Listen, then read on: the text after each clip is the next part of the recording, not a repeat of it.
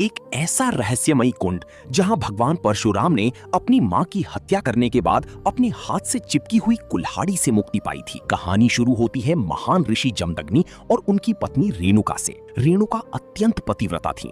रेणुका हर दिन नदी से कच्चे घड़े में पानी लाती थी और उनके पतिव्रता शक्ति से वो घड़ा टूटता नहीं था। उनके 5 पुत्र थे, जिनमें सबसे छोटे थे विष्णु अवतार परशुराम। एक दिन रेणुका ने नदी में चित्ररथ नामक गंधर्व राजा को अपनी पत्नियों के साथ जल क्रीड़ा करते देखा।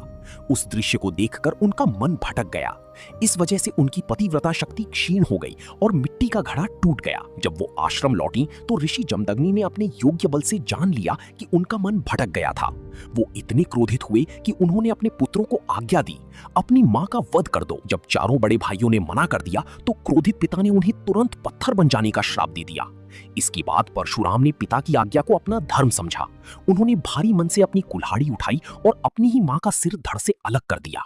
उनकी आज्ञाकारिता से प्रसन्न होकर जमदग्नि ने वरदान मांगने को कहा। परशुराम ने तुरंत अपनी मां को फिर से जीवित करने और साथ ही पत्थर बन चुके अपने चारों भाइयों को भी मुक्त करने का वर मांग लिया।